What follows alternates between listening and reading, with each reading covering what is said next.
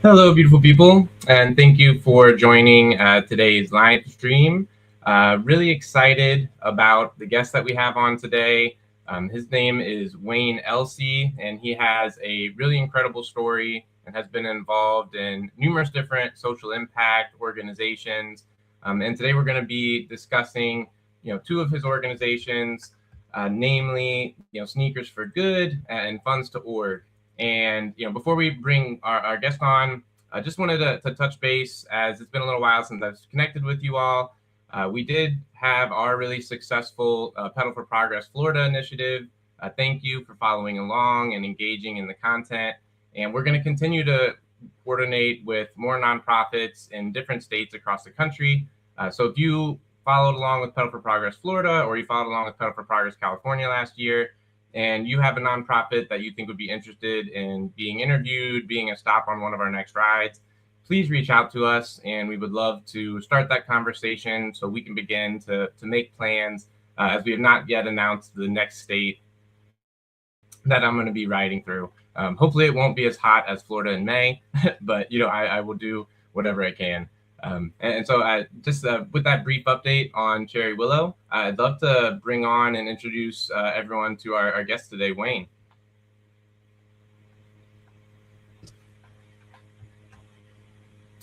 Hey, Wayne, thank you so much for joining us.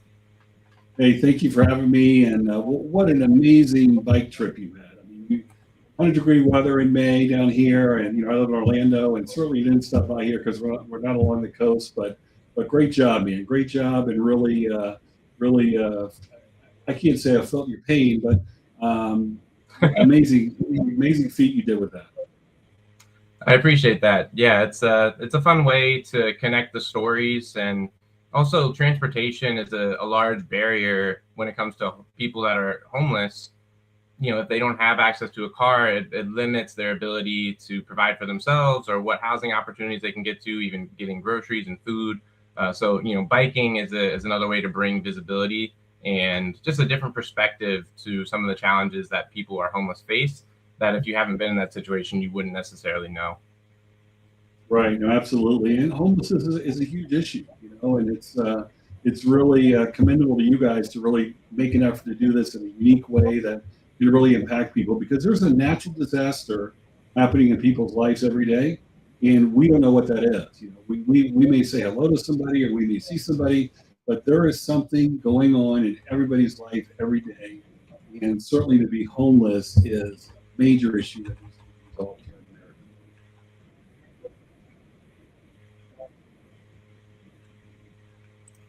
Yeah, absolutely. And again, we're all much closer to it than we realize. And part of the goal of our work is to help people see themselves in the people that homelessness affects. And so we coordinate with a lot of different nonprofits, not just homelessness focused nonprofits. And we actually were in Orlando during the ride, and it was a wonderful trip, and a lot of great organizations that we connected with, for sure. That's great. Well, next time you're here, you're welcome here. So thank you. And I would love if you could just maybe briefly introduce yourself to the audience and give a little bit of background. I think that would be really helpful just for everyone in our Cherry Willow audience who's being introduced to you, to get an opportunity to meet you and hear from you a little bit of your story. yeah, well, thanks, Matt. I'm 61 years old, and I've had one career for all the years I've been working since 15. It's been the shoe business. And literally, I started off as a stock boy in a shoe store, and finished high school, and basically kept growing through the shoe industry to where I am today. Just to kind of back that up a little bit, I went through a really tragic time at the age of 16 and 17, where I literally was ready to commit suicide. I had a tough upbringing, had a very tough relationship with my mother, and basically just struggled with life. And I had made a decision one day that I was going to commit suicide. And, as I mentioned earlier, there's a natural disaster in people's life every day, and nobody knows that. Nobody knew what I was going through, whether it be my peers in school or whatever. But my school teacher looked at me when I went into homeroom. Mrs. Bush is her name. She said, "Look, boy, I don't know what's wrong with you, but you matter. You can do anything you want to put your mind to it, and don't let the world get you down." And literally, that snapped me out of it. And that really made me today the person I am today. If you look all around the country, you'll see "You Matter" signs up. You'll see our trucks that say "You Matter." Anything with our branding has "You Matter" on it. But anyhow, that's really the first kind of person that made a difference in my life. And then I went to work in the shoe business, and I was kind of like Al Bundy. A lot of people don't know what Al Bundy is, but he was like a famous shoe salesman that was married to Peg and had a couple kids, whatever. But I sold shoes, and I worked my way up to be vice president of a company called Stride Right at a very young age for the retail division, from starting off just as a stock boy, and then through that moved through other companies and was president, CEO, actually started a company, sold a company, etc. And then really in 2004, the Asian tsunami happened. And again, keep in mind, I'm president and CEO of a shoe company at the time, and the tsunami happened. And I saw on the newscast the next day this single shoe that floated up on the shore. And that, Matt, that wouldn't have recognized to you or really been a big deal to you, but it bothered me. And I looked at it, I said, you know what? These people lost everything. They lost everything, including their shoes. And I said, what am I going to do about this? So I went to bed that night. I woke up the next day. I said, dude, you got to do something about this. This is December 26, 2004. This tsunami happened. People lost everything. What are you going to do? So I started collecting shoes. And literally within 30, 45, 60 days, we had 250,000 pairs of shoes shipped to Southeast Asia. And never thought much more. Never thought much more about that. Went back to work, running the CEO, again, running the company as CEO of a shoe brand. And, I just had my heart tugging the whole time. I'm like, dude, all is shoes. Well, then we had this big awakening a couple years later with Katrina. And Katrina happened. And I said, you know what, Wayne, if you could do this for people on the other side of the world, you could do this for people a couple hundred miles from where you live. So we started collecting shoes again. I started a website called katrinashoes.org. And man, I saw things that I never really could imagine seeing right here in America. And there were homeless people. There were people that lost everything. And what I learned really quickly is that a natural disaster doesn't discriminate. I was standing on the beach with a couple, and they said, you see this ugly pink tile right here?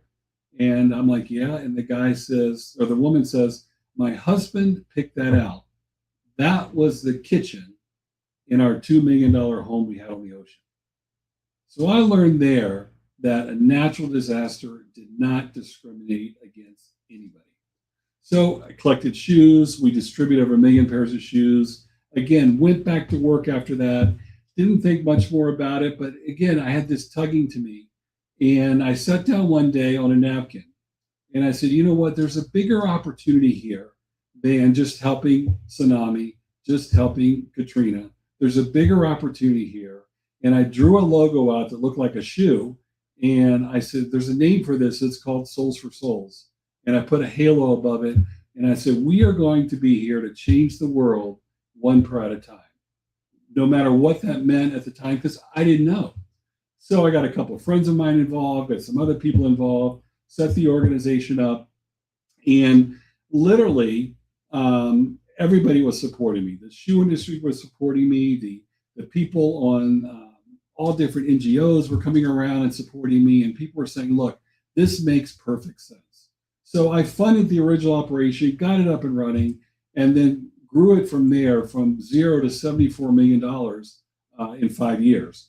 And very, very, very quite successful. But one of the things we did was two things. I said from the beginning, we are going to be a disaster relief for people, but also local relief for people, because like you mentioned, the homelessness problem is a huge issue. And people don't realize that it could be somebody right down the street from us. But outside of that, I said in developing nations, as I learned in 2010 in Haiti, that there is people around the world that could re-commerce, use shoes, and basically sell them. So we formulated a whole international effort starting in Haiti with 500 people, where we gave them 100 pair of shoes and said, go out there and sell them and make money and come back and buy from us.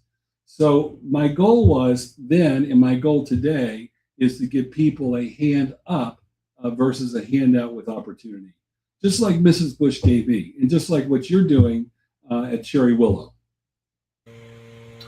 Wow, I mean it's an incredible story, Wayne, and you shared a lot of really important work that you've done, and I love that you kind of capped it with Mrs. Bush, as I feel like that's men's mental health in general, but men's mental health I feel like is a field that can be really challenging for people to be vulnerable about. I know mental health is a huge part of my story as well. My parents thought that I was suicidal when I was young. I had wrapped myself in like a seatbelt in the car, and I don't think I was intending to kill myself. I think it was more like a cry for help that I didn't know how to articulate. And wow, there've been numerous family members and loved ones that have had battles with mental health. I've seen family members that are bipolar during manic episodes, and it's always like what I want Cherry Willow to be about. And what those moments showed me was that we need to show up for people with unconditional love. And I think to the point of having a hand up for them rather than a hand out, our goal at Cherry Willow is to empower people, to be the best versions of themselves. Where if you've read some of the content that I put on the website and the blogs, I talk a lot about light. I believe that there's a light within each of us that we are meant to shine on the world. And so I'd love to maybe give you an opportunity to expand upon like how impactful having someone that was looking out for you. And then how did you go on to make the decision to carry what she did for you forward to now go on and have positively impacted hundreds of thousands, if not millions of people, all over the world? Yeah, well, thanks. Well, a couple of thoughts to that, and a couple, kind of expand because there's still a 20-year life span in there. So October of 2011, I let my board know that I was going to be leaving because of medical issues. And it wasn't anything to do with my mental health other than the fact that I was exhausted, I was beat, I was just absolutely just exhausted. And my doctor said to me very candidly, who was a friend, he goes, Wayne, as a friend, I'm going to tell you, give it up because you got 6 months. As a medical professional, I'm going to tell you, you need to slow down, you need to refocus your life, or you're going to die probably 6 months from now. Wow. And I took that to heart. So I let my board know that February, March, April of the following year of 2012, I'd be leaving. And I did. And I literally moved to Florida. I bought a house in October of 11 in preparation for this after I let them know I was leaving, helped them with some succession planning discussions, and moved to Florida, sitting on the beach and just thinking. And quite honestly, I was finishing my 7th book at the time to kind of wrap out that part of the life. And I was sitting there, and a friend of mine called and says, Wayne, I need your help with something. And I said, well, you know what? I'm not working right now. I'm going to take a year off. I really need to have a sabbatical. I really need to work on Wayne because Wayne's not in a good place. And Wayne had gained 80 pounds, which is unhealthy. And I'm a big guy. I'm 6'5" and gaining 80 pounds. I could hide it okay, but I couldn't hide it really well. And basically I said, no, I won't. Really don't want to get involved. And so he incentivized me to help him start his company and kind of give me something to challenge my mind and stuff like that versus being a vegetable on the beach, watching the waves and everything that I was doing every day, writing this 7th book that I did. And then I went to a conference, and the conference was in Tampa, and we went to Tampa, and I was asked to speak there and basically sign my books and stuff like that about the nonprofit space. And I'd written one in 2010 called Almost Isn't Good Enough, which is a phenomenal book. That I'm really redoing that plan for 2028 because it talks a lot about the human connection.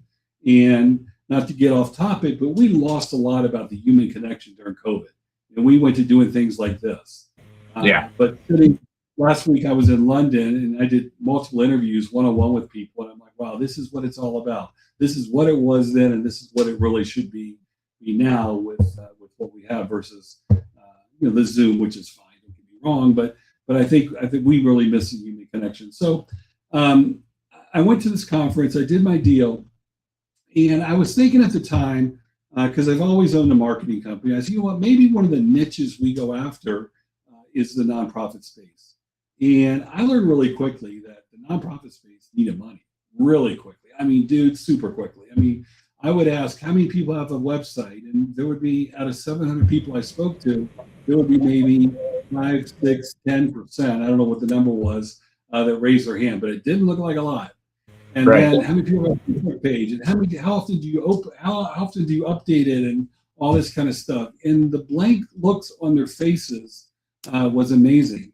So after I left there, or after I got done with my talk, I started talking to people. I stuck around for about an hour and a half, and signed some books. And I learned that nonprofits needed money in the worst way.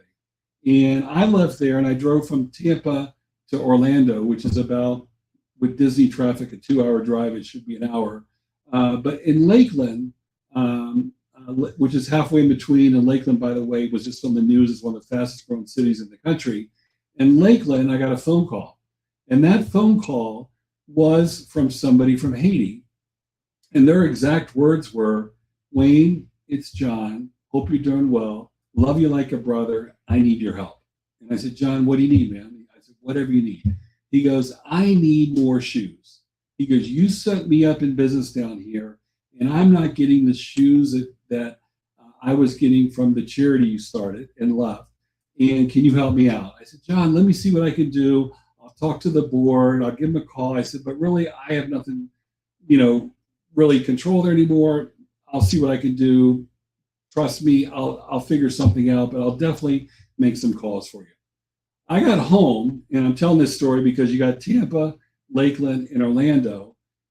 Lakeland's in the middle. When I got home, I was in the shower taking a shower. I said, you know what? There's a business model. And the business model is I can pay the charities, the nonprofits, the schools, the civic groups, and I can fund them to collect gently worn, used, and new shoes. And then I can sell them and remarket them in developing nations in a very big way. And I literally got out of the shower, pumped up, told my girlfriend at the time what it transpired, because she was with me down there, and she heard me get the call from John. And I said, I think it should be called Funds to Orgs. All we're going to do is funds organizations with shoes. So we called it Funds to Orgs, which today is the largest shoe drive fundraising company in the U.S.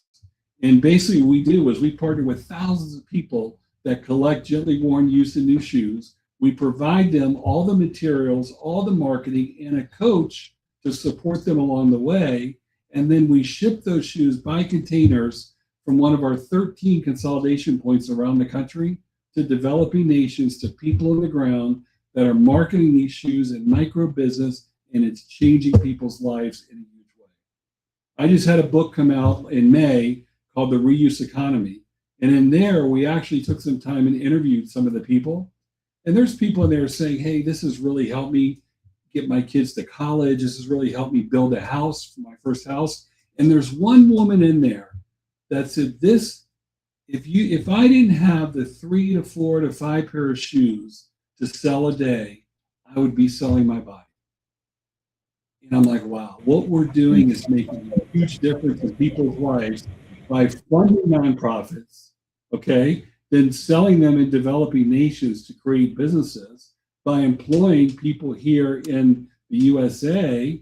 So we got our USA employees, and we have all the people that are employed that weren't working before, most likely, or starving or whatever in developing nations, and also keeping things out of the landfills. And so far, this has been a win-win for all those aspects, by really taking something that I knew in the shoe business, doing it in a different way by buying and then selling, and then really, really building these people up to create businesses that right now, Matt, you would not believe when I ship a load of shoes to Cambodia, for example, they're sleeping there overnight to get their couple bags of shoes. There's something Wow. so simple as making a huge difference in people's lives there, making a difference in the 30-some employees I have here in America, as well as keeping these out of landfills, and really just creating the micro businesses, the micro entrepreneurs around the world, which we estimate right now is 4,000 to 5,000 people. Wow. Wow. That is not a small amount. And I love the synergistic nature of what you've built. And again, like you kind of described it as win-win-win, right? And like nonprofits, I think are still facing a lot of similar challenges to what you articulated when you first started, where they're struggling for funding and looking for other opportunities to fundraise. And something that I've noticed in my work with other nonprofits is that they have a tremendous hearts, always incredible stories, Yep.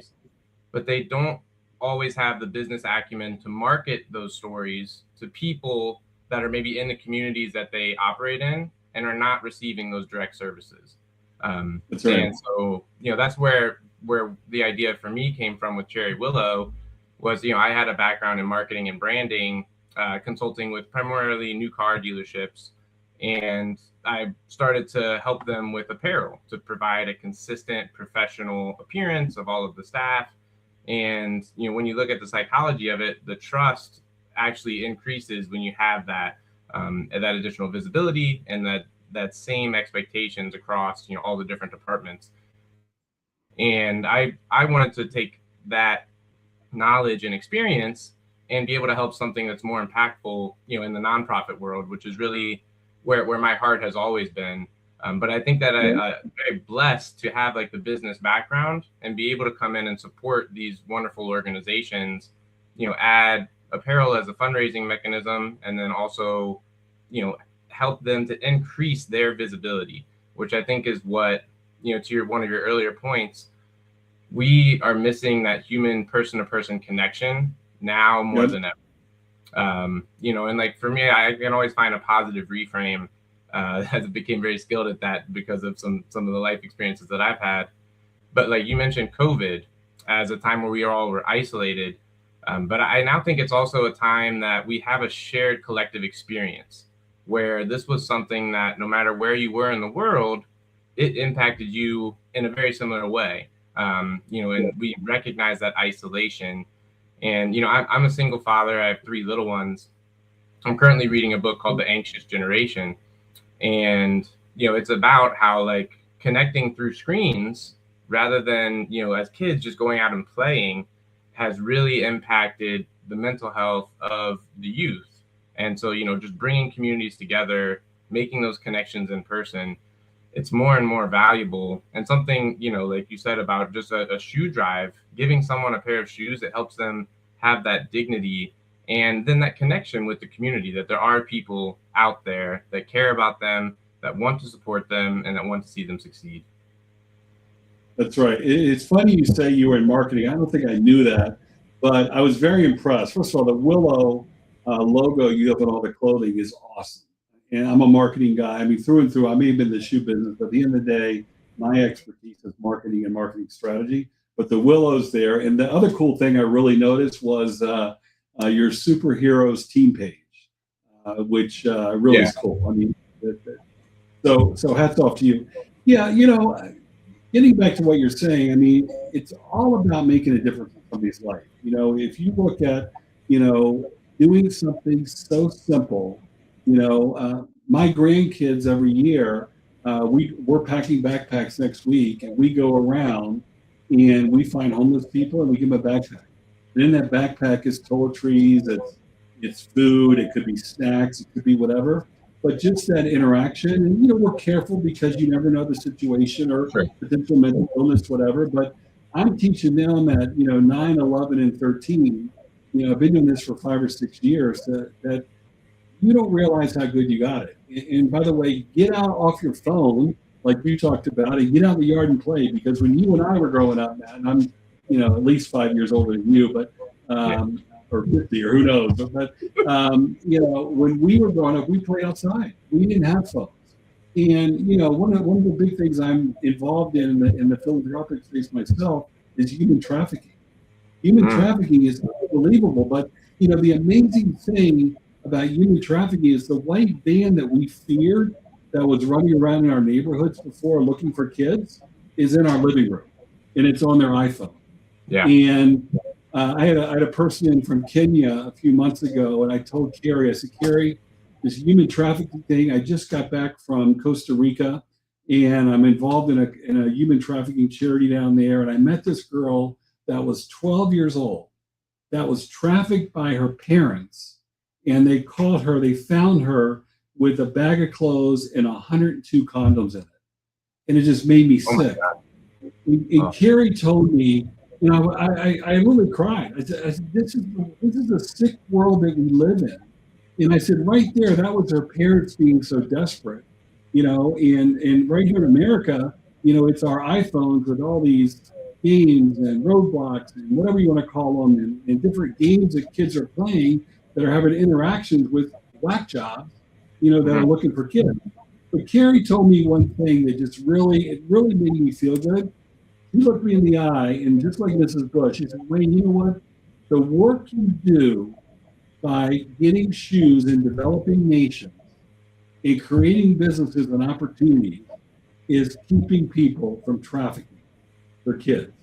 Because you have saved more lives than you realize, more kids' lives. So don't beat yourself up about what you can do. Look at what you've done and build upon that. And I really thought about that. And I talked to some people, and when that woman that we interviewed for the book that came out last month in May, 2 months ago, she said, I would be selling my body if I didn't have those 3 or 4 pair of shoes sold a day, which means she would be selling her kid in theory if she had one. So the little things that you're doing, the little things that we're doing, I mean, we're a for-profit social enterprise. We're not a nonprofit, but you know what? It's all about helping people. It's all about making the difference in somebody's life every day for me. I'm working with my publishing company. I have a new book coming out in October. It's with the founder of Reebok. He's 91 years old and I'm 61. And we're writing a book called Reebok to Reuse. And we're excited about that. I just got back from London with meetings and interviews and stuff like that. I'm really, dotting the I's and crossing the T's on that. But I'm really excited about a book that I'm just got approved for 27. It's called The Golden Rule is the Hope of the World. That if we all think about the golden rule, what that means, that's not a religious statement. That's not anything other than treat people like you want to be treated. And basically going back to the homeless people, I mean, don't be afraid of them. Get off the couch, do something with them, buy them a meal.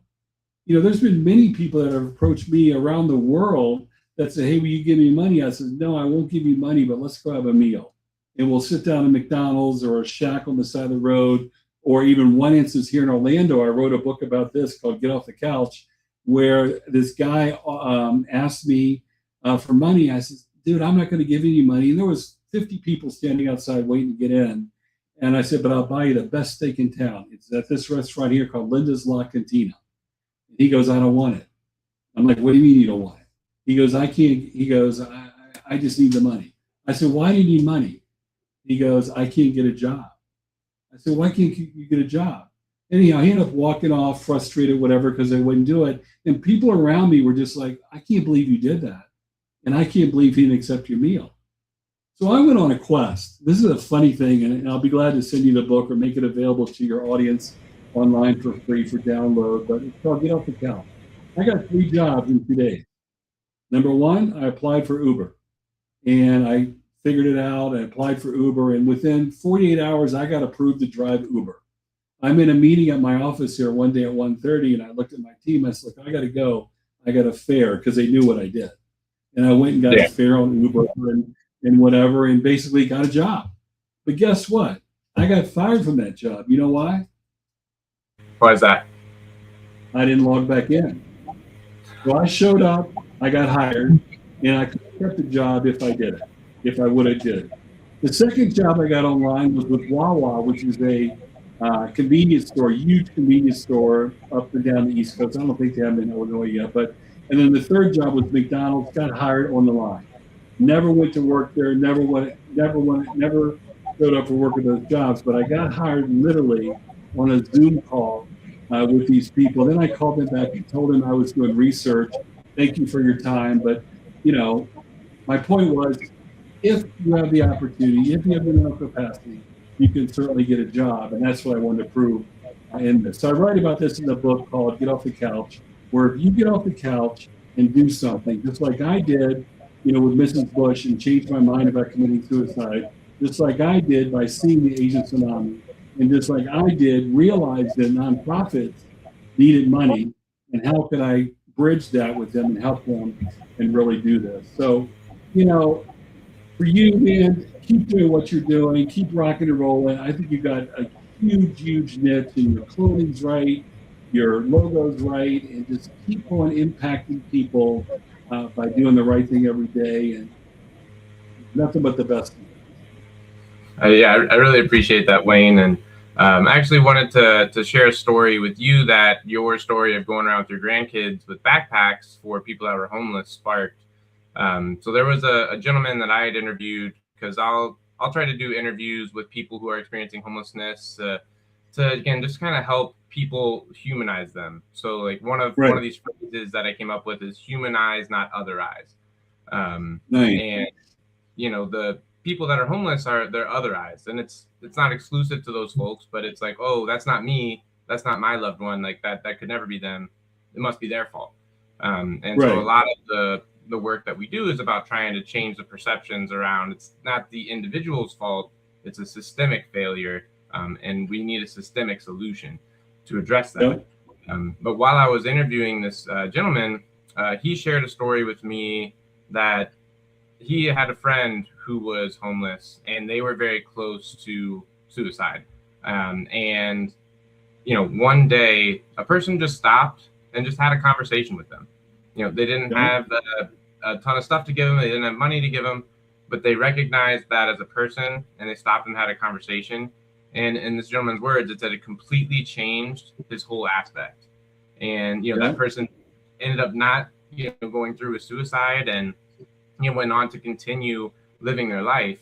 And whenever I have an opportunity to speak, I was actually on Tampa Bloom and NBC Daytime in Tampa last year. I just encourage people to get involved in their community.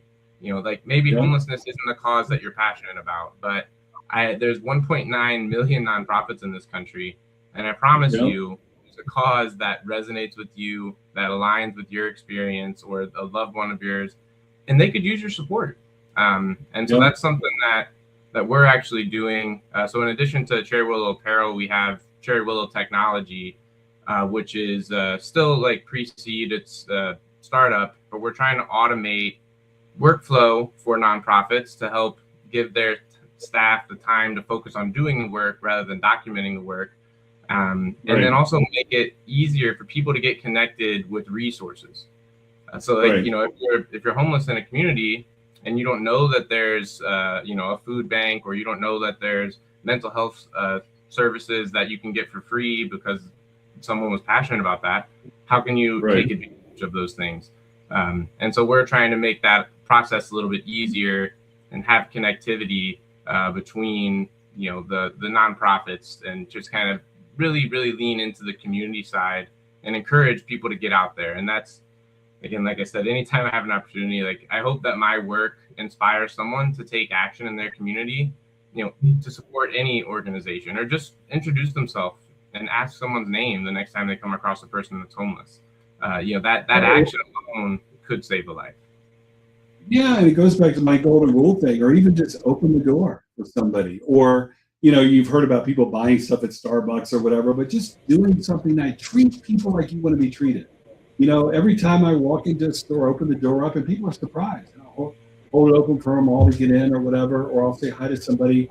My wife calls it the progressive commercial, where you've seen that where you're talking to everybody. And you know what?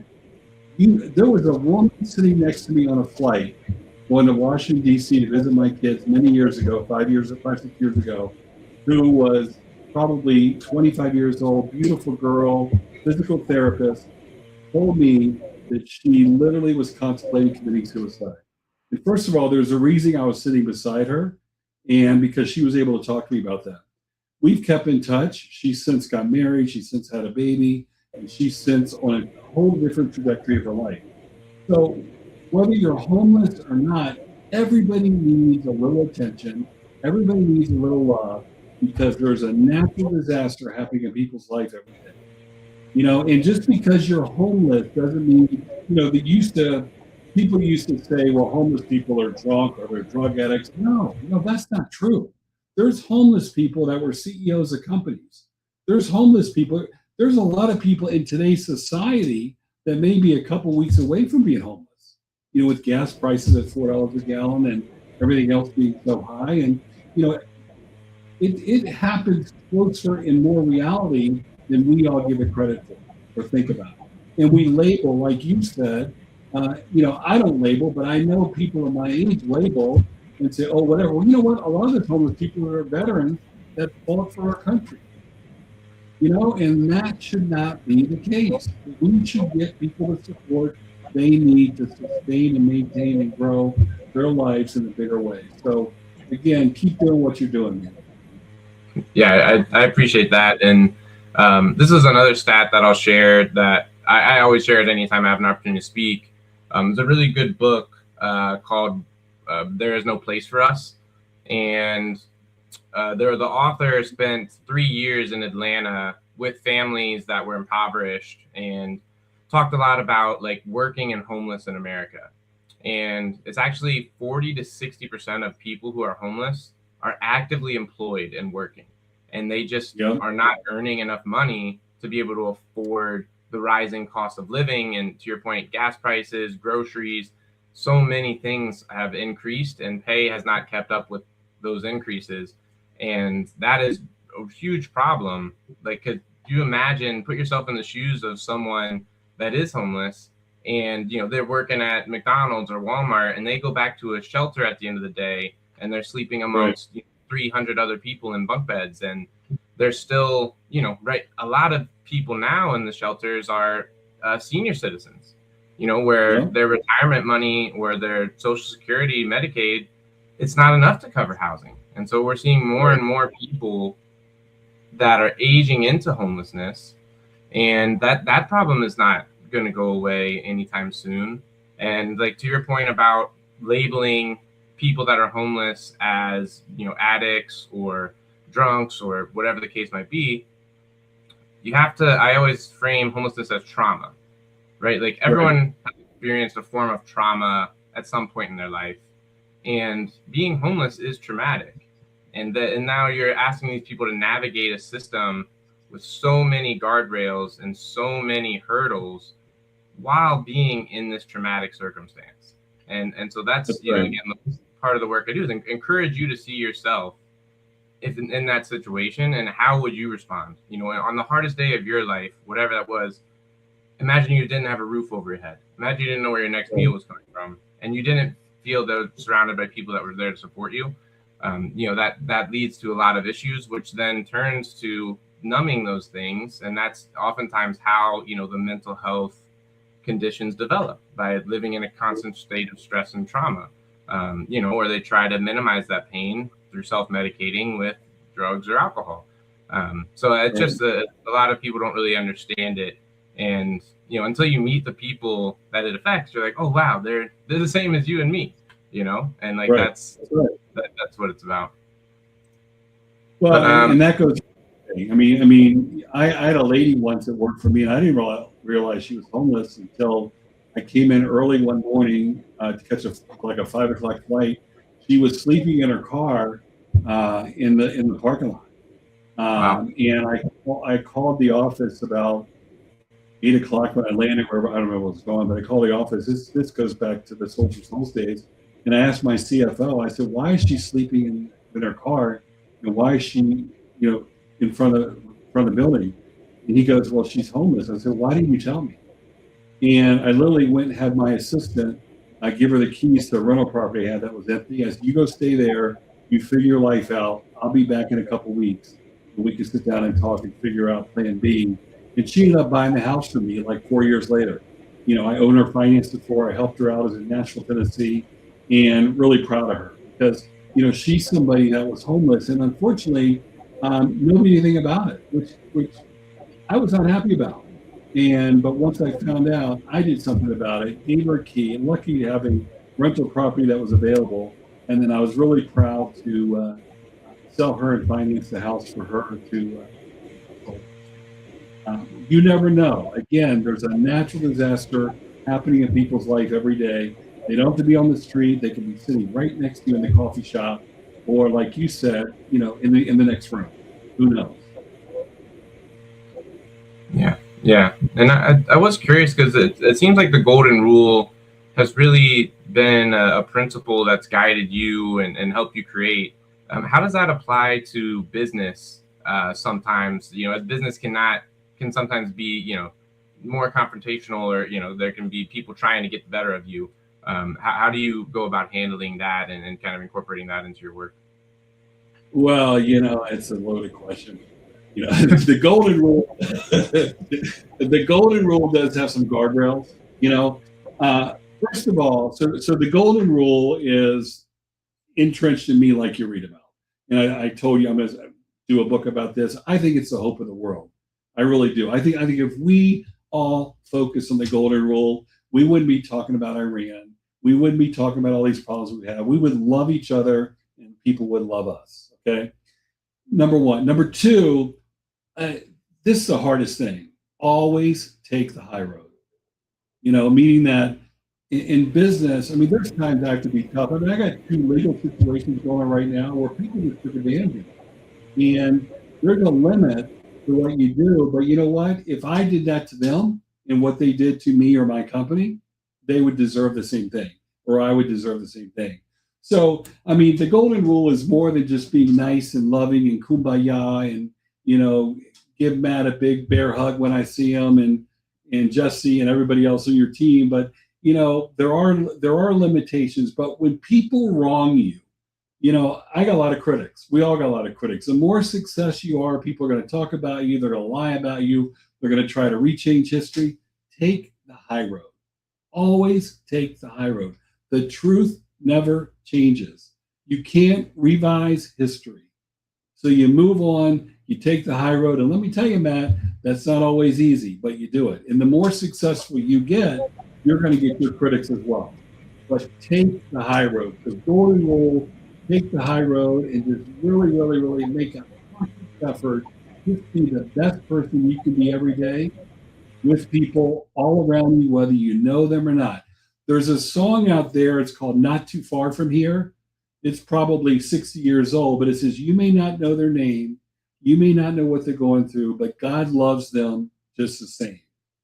And it says, basically what I'm saying, just treat people. You don't know what's going through their mind or what tragedy they have going on, but believe me, they do. We all do. You and I may seem like we have perfect lives right now. We got something going on, man.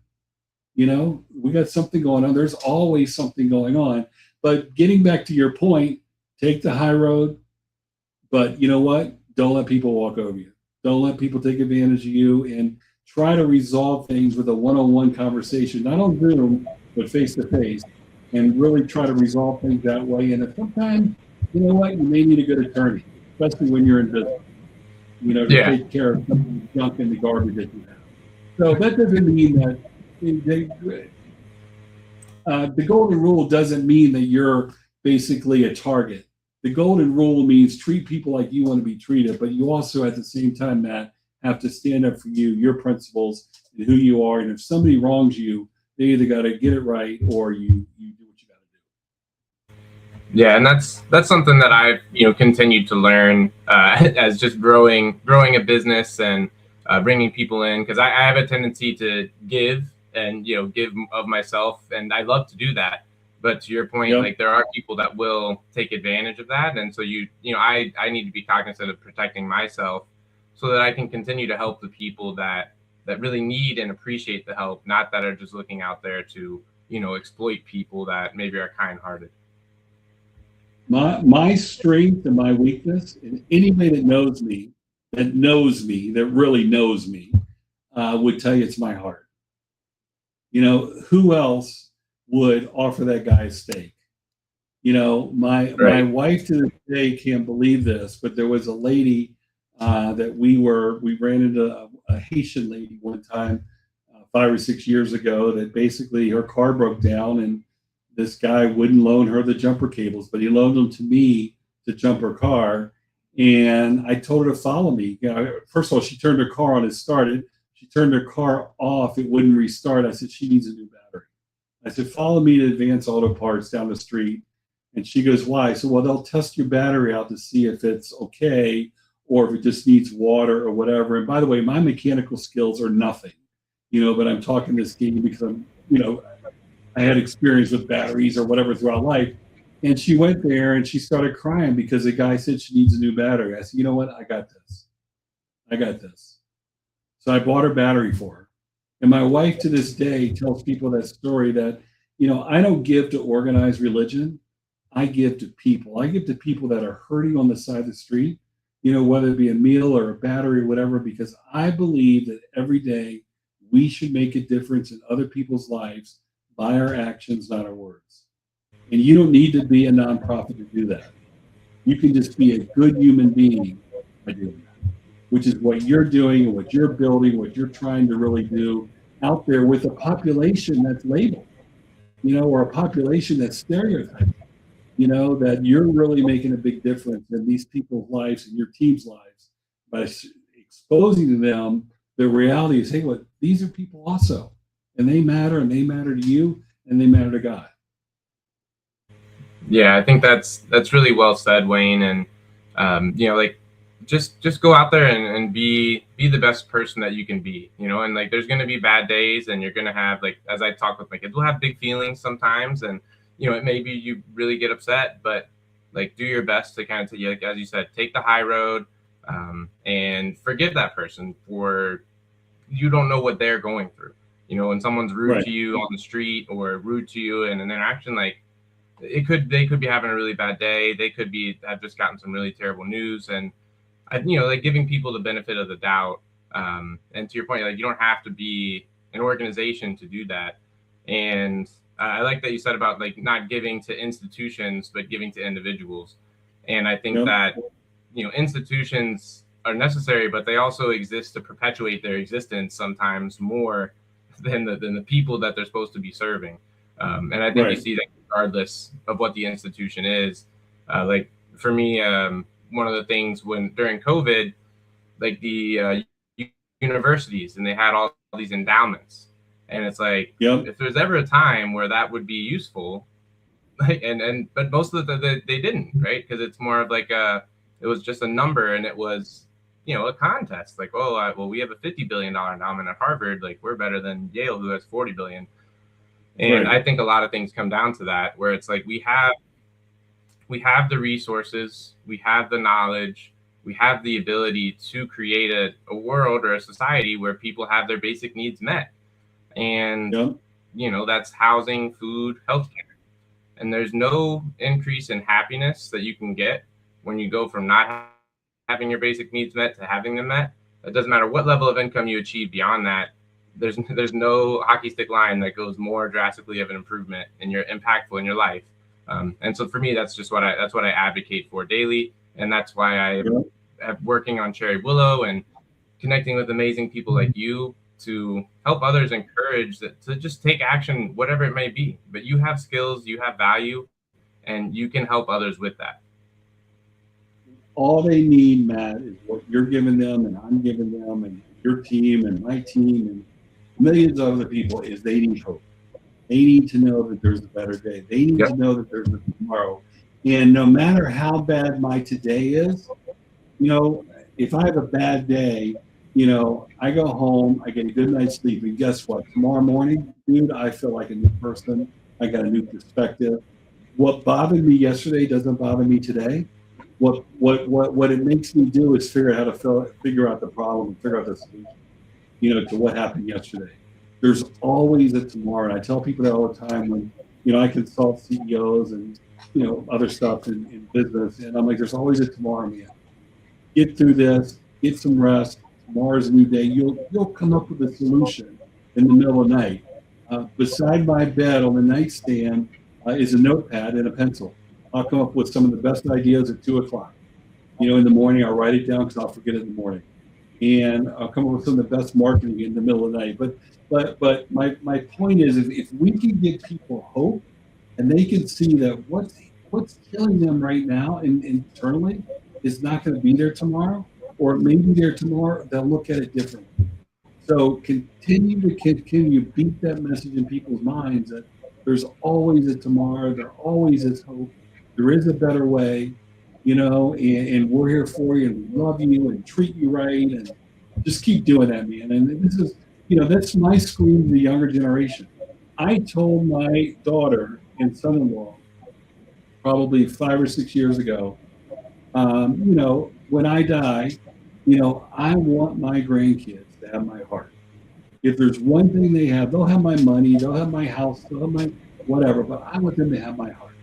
And that's why I'm teaching them to do little things like, buy lunch for people at school that they know that need it, or give out the backpacks and teach them at a young age that, man, we need to do more of that. Everybody needs to do that and figure out how we can be kind, versus being so much jerks, in the world, or other words you would call them. Yeah, and I think that kind of ties back into our earlier conversation around the screens and just like online discourse. It's much easier to be a keyboard warrior and criticize someone from afar, but when you connect with someone in person, that there's not that level of critique. Most people, when they get with someone, they're not actually going to be as divisive, and I think it's people behind these screens. We miss that human connection, and when we're together and we're in the same presence with each other, you realize that like whatever barriers we may have in our minds created, that like, oh, we can't communicate, those are dissolved just by being present with each other. And I think that is, just what we need more of. And I think that's a great way that nonprofits can play a part in that. And so I'd love to ask you a little bit about, like, let's say if Cherry Willow, if we wanted to do a shoe drive, how would we make that work? And, how can any of the nonprofits and the audience or people in the community get involved in a shoe drive? Yeah, well, a couple things. First of all, the funny thing is, you're going to laugh when I say this. If you call our office during office hours, somebody answers the phone. You know why? Because that's the goal. I don't want to call Bank of America or other banks or whatever and get a voicemail and say, representative, or zero. We treat people like we want to be treated. So we answer the phone, first of all. So what people would do is they would call our office here. There's about 11 people in sales and coaching. And what they would do, they'd walk them through it. They'd say, okay, we're going to provide all the materials, all the marketing materials. We're going to provide the bags, the rubber bands, and you need to go out there and collect gently worn, used, and new shoes. And then when you're done with this event, our trucks are going to pick it up from you, and then we're going to write you a check within 48 hours of getting it and weighing the product. That really is simple in theory, but there's a lot of work to it. The biggest challenge people have to have by doing the Shoe Drive fundraiser is they need to have the bandwidth of people that can go out there and collect bags, because we pay by the pound. And so if they can do that, and they got a school, they got a church, I've done many barefoot Sundays that I spoke for 15, 20 minutes to the congregation and asked them to leave their shoes at the altar. And when I first did this in Nashville, Tennessee, the pastor said, it'll never work. Love you to death. I'll give you the time on stage, which is a huge church. He goes, but it'll never work. 3 services later, we had a truckload of shoes. And people were leaving the church crying, literally crying, because I said, look, walk out of here. Just like millions of 300 million children around the world were walking around without shoes today. It was 100 degrees that day. The people's feet were warm and hot and uncomfortable, but they realized that's the reality. That's how good we have it in America. We're part of the 1% of the wealthy. The other 99%, 98%, whatever the number is, close to that, don't have anything near what we have. So if we could share that with them, and we could share the love, if you could really focus in and hone in on homelessness like you're doing, make a difference in those lives, you will have raging evangelists for your organization. The goal for you should be able to, in my opinion, one of the things to do is to have some homeless people, in turn be part of your team. Be in turn, Yep. grow and be able to have an opportunity to really go out there and help them do more with people that they live and they can speak their language. Absolutely. And that's definitely something that we are working towards. And again, that's one of the reasons why I do the interviews with people experiencing homelessness, because a lot of times they don't feel seen or heard. And Yep. that action alone, because they're overlooked by politicians, because like a lot, they may have issues, they may have legal issues, so they're overlooked by everybody. And so just by giving them an opportunity to speak and share their story, everyone has a story, right? Everyone is carrying something that they're not sharing with everyone. They may share it with a few people, but for the most part, we're all carrying things alone. And unburdening yourselves is a tremendous way by just bringing people together and being vulnerable. And so I strive to lead with vulnerability. I actually have one other question about your book, but I know we're getting on time here. But I got the chills when you were saying about the church and walking out without the shoes, because through the act of giving their shoes away, you gave them an opportunity to walk in the footsteps of those that they're supporting, which is something that is really, really challenging for a lot of people to do. And that concept, like, wow, these people are, millions of people every day are walking around like this all the time. They don't have any alternatives. So I just thought that was really a really powerful thing, and that's amazing, and that you were able to come up with that. Well, it's on our website. It's part of the Funds to Orgs program as well. So basically, in there's 5 different services. So we've actually pre-written the services. A friend of mine, John Ortberg, which is very famous in the evangelical world, wrote them. And basically, there's one that talks about a loafer, one that talks about a sneaker, and it kind of gives all the services so the pastor can lead up to this whole big event they have. But you know what? In developing nations, most people don't have cars or transportation. A good pair of shoes is their transportation. So that's why we do what we do. That's why we fund nonprofits to collect them here locally so they can further their mission at Cherry Willow, or Cancer Society, St. Jude's, whoever that we're partnering with. We partner with St. Jude's worldwide and do a great job with them, and love those folks because they do amazing work.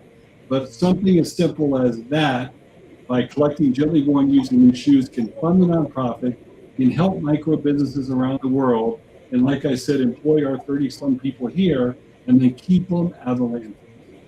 So there's all kinds of ways to raise money with different organizations, but this would really get your hands in there and get your hands dirty and makes you think, like you said, about walking out of church in the gravel of what 300 million children feel every day around the world without a pair of shoes.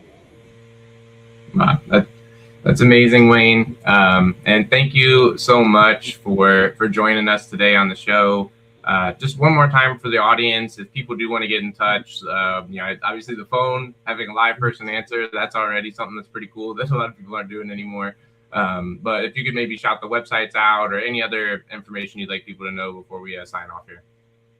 Yeah, and I would say put in the chat as well, but it's funds, FUNDS, number 2, the 2, orgs, ORGS, funds2orgs.com. The phone number is 407-930-2979. And if you want to learn about my crazy world and my busy world and what I am involved in and et cetera around the world, just my website is Wayne, W-A-Y-N-E, Elsey, E-L-S-E-Y.com. And you can learn more about what we're doing, and that gives you a real overview of what Wayne's world is all about, if you will, the impact we're making through our for-profit social enterprises. Well, I love that, Wayne. And I feel like there was a lot of other questions that I had that I'd love to connect about. I'm also I'm an aspiring author. I have a rough draft, of a book written, and I'm working through that process. And it just it's amazing that all the things that you've done, the different companies, the nonprofits, and 7 books. Is that right? That's That's pretty incredible. I'm up to 12. I'm up to 12, and I'll have 14 by the end of 27. But Matt, how old are you? 34. You're young, dude. You got the whole world ahead of you. Yeah. You can write 100 books. You can make a bigger difference than I've ever made, or than anybody's ever made. You can do it, man. You got the age, you got the wisdom, you got the tenacity. You know, go get it. Don't let the world get you down. And remember, you matter. You can do anything you want to put your mind to it, and don't let the world get you down. Quote unquote from Mrs. Bush, Busch, and she reminded me in a misprint in a book when I first did it. But those words can make a difference in people's lives, just like it made a difference in mine. Thank you for having me. I appreciate your time, and maybe we can do this again sometime. Absolutely. I would love that. And I think it's a perfect way to end. Thank you, everyone in the audience, for joining and participating in the show. And please, go out and check out Wayne's resources, all the incredible work he's doing. And I obviously can appreciate your continued support of our work here at Cherry Willow. So thank you, everyone, and have a wonderful day.